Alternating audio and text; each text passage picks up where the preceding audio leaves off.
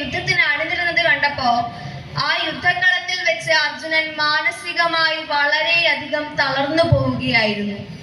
ആ തളർന്ന അർജുനന്റെ മനസ്സിനെ ഉയർത്താൻ വേണ്ടി ഭഗവാൻ നാരായണൻ സ്വയം ഉപദേശിച്ച ഒന്നാണ് ഭഗവത്ഗീത. ആ ചുട്ടുപൊള്ളുന്ന യുദ്ധഭൂമിയിലാണ് ഭഗവത്ഗീത ജനിക്കുന്നത്. ഗീത യഥാർത്ഥത്തിൽ എന്താണ് എന്ന് മനസ്സിലാക്കാനായി ഭഗവത്ഗീത ആരംഭിക്കുന്നതിന് മുമ്പ് അതിന്റെ ധ്യാന ശ്ലോകത്തിൽ അതിനെപ്പറ്റി വ്യക്തമായി പറയുന്നുണ്ട്.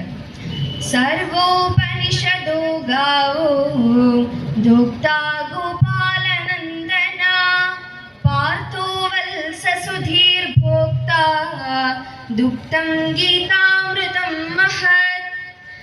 നമ്മൾ ഹൈന്ദവരെ സംബന്ധിച്ചിടത്തോളം നമുക്ക് ഉപനിഷത്തുക്കളുണ്ട്, വേദങ്ങളുണ്ട്, ഭാഗവതം, ഭഗവത്ഗീത, മഹാഭാരതം, വിഷ്ണു സഹസ്രനാമം, അങ്ങനെ ഒരുപാട് ഗ്രന്ഥങ്ങളുണ്ട് നമുക്ക്.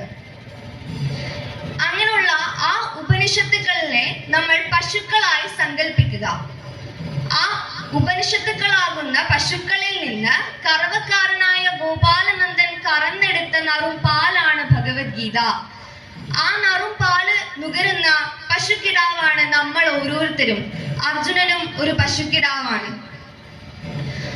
ഓം പാർത്ഥായ പ്രതിബോധിതാം ഭഗവതാ നാരായണേന സ്വയം വ്യാസേന കൃതിതാം പുരാണമുനിനാ മധ്യേ മഹാഭാരതം. സത്യവതി എന്നു പേരായ ഒരു മുക്കുവ സ്ത്രീയുടെ മകനാണ് വേദങ്ങളെ വ്യസിച്ചത്.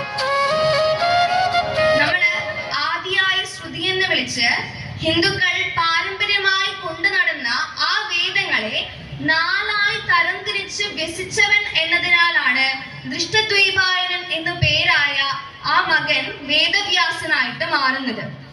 അങ്ങനെ വേദവ്യാസനാൽ മഹാഭാരതത്തിന്റെ മധ്യത്തിൽ എഴുതപ്പെട്ട ഒന്നാണ് ഭഗവത്ഗീത എന്ന് പറയുന്നത്. അദ്വൈതാമൃത വർഷിണി, അദ്വൈതത്തെ വർഷിക്കുന്നവൾ. അദ്വൈതം എന്നാൽ എന്താണ്? അത് രണ്ടില്ലാത്ത ഒന്ന്. അങ്ങനെ പറഞ്ഞാൽ എന്താ? സർവചരാചരങ്ങളെയും ഒന്നായി കാണുന്നത്. ഗുരുദേവന്റെ ഭാഷയിൽ പറയുകയാണെങ്കിൽ, നീയല്ലോ സൃഷ്ടിയും സൃഷ്ടാവായതും സൃഷ്ടിജാലവും നീയല്ലോ സൃഷ്ടിക്ക് സാമഗ്രിയായതും. ഇങ്ങനെ പഴുതാരയിലും പുഴുവിലും കുഴിയാനയിലും മെന്നിലും നിന്നിലും എല്ലാം ഈശ്വരൻ തന്നെ. അങ്ങനെയുള്ള രണ്ടില്ലാത്ത ഈശ്വര തത്വത്തെ പ്രതിപാദിക്കുന്നതാണ് ഭഗവത്ഗീത എന്ന് പറയുന്നത്. എന്നിലും നിന്നിലുമുള്ളത് ഈശ്വരനാണെന്ന് തിരിച്ചറിയുന്ന സമയത്ത് നമുക്ക് മറ്റൊന്നിനെ വേദനിപ്പിക്കാൻ സാധിക്കുമോ? നമുക്ക് മറ്റൊന്നിനെ ഉപദ്രവിക്കാൻ സാധിക്കുമോ? ഒരിക്കലും ഇല്ല. പക്ഷേ ആ ബോധം ഇന്ന് നമ്മുടെ സമൂഹത്തിൽ നിന്നും വേറിട്ടു പോയത് കൊണ്ടാണ് ഇന്ന് ഇത്രയും അധികം കൊലപാതകങ്ങളും പീഡനങ്ങളും ഒക്കെ നമ്മൾ കേൾക്കുന്നത് വാർത്തയിലൂടെ. ഇനി ഒരു കഥ പറയാം. നമ്മളെല്ലാവരും ശ്രേഷ്ഠ ഭാരതം പരിപാടി കാണുന്ന ആളുകളായിരിക്കും. അതിലെ ഒരു ജഡ്ജ് ഒരു ദിവസം പങ്കുവെച്ച ഒരു കഥയാണ്. നമ്മുടെ രാജ്യത്ത് നിന്ന് വിദേശ രാജ്യങ്ങളിലേക്ക് പഠന ആവശ്യത്തിനായി ഒരുപാട് വിദ്യാർത്ഥികൾ പോവാറുണ്ട്. അങ്ങനെ നമ്മുടെ ഇന്ത്യയിൽ നിന്നും കുറച്ച് വിദ്യാർത്ഥികൾ വേറൊരു രാജ്യത്ത് പഠിക്കാനായി ചെന്നു. അവർ അവിടെ കോളേജിൽ അഡ്മിഷൻ എടുക്കാൻ വേണ്ടി കോളേജിന്റെ ഹെഡിനെ കാണാൻ ചെന്ന സമയത്ത് അവരിങ്ങനെ ചോദിച്ചു, നിങ്ങൾ ഏത് രാജ്യത്തിൽ നിന്നാണ് വരുന്നത് എന്ന്. ഈ ചോദ്യം കേട്ടപ്പോൾ ഇവർ പറഞ്ഞു, ഞങ്ങൾ വരുന്നത് ഇന്ത്യയിൽ നിന്നാണ്.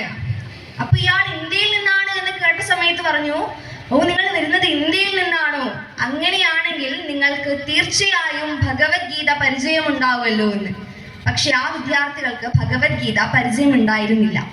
അവരിങ്ങനെ കൺഫ്യൂഷൻ അടിച്ചിരിക്കാൻ തുടങ്ങി.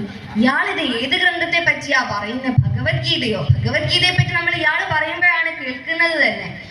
ഇയാളിത് എന്തിനെ പറ്റിയാണ് സംസാരിക്കുന്നത് എന്നറിയാതെ അവരവിടെ കൺഫ്യൂഷൻ അടിച്ചിരുന്നപ്പോ ആ കോളേജിന്റെ ഹെഡ് പറഞ്ഞു, നിങ്ങൾ ഇന്ത്യയിൽ നിന്നാണ് വരുന്നത് എങ്കിൽ നിങ്ങൾക്ക് ഭഗവത്ഗീത എന്നിട്ടും അറിയില്ല എങ്കിൽ നിങ്ങൾ തിരിച്ച് ഇന്ത്യയിൽ പോയി ഭഗവത്ഗീത പഠിച്ചതിന് ശേഷം ഇവിടെ അഡ്മിഷൻ എടുക്കാൻ വരുമെന്ന്.